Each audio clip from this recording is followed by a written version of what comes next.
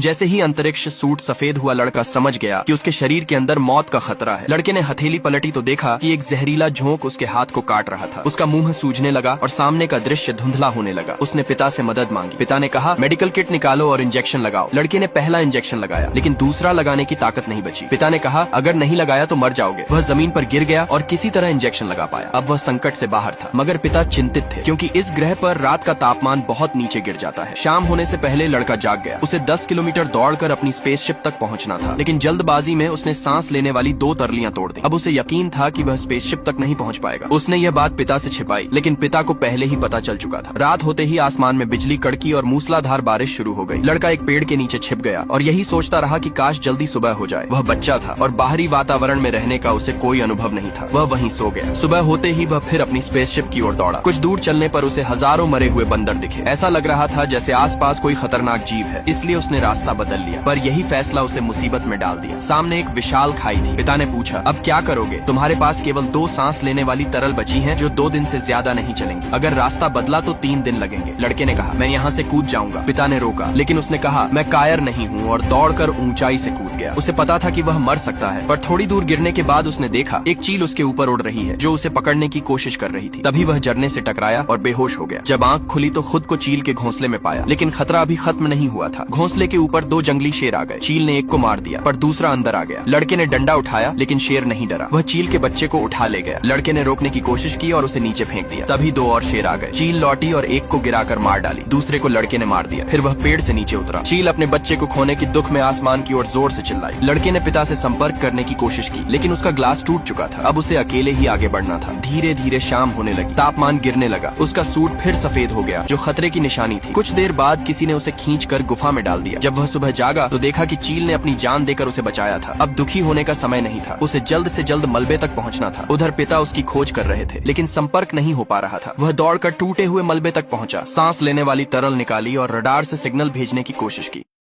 अगर आप भी इस मूवी को फुल देखना चाहते हो तो मेरे बायो में दी गई हुई लिंक से टेलीग्राम चैनल को ज्वाइन करें और वहां पर आपको फुल मूवी देखने के लिए मिल जाएगी।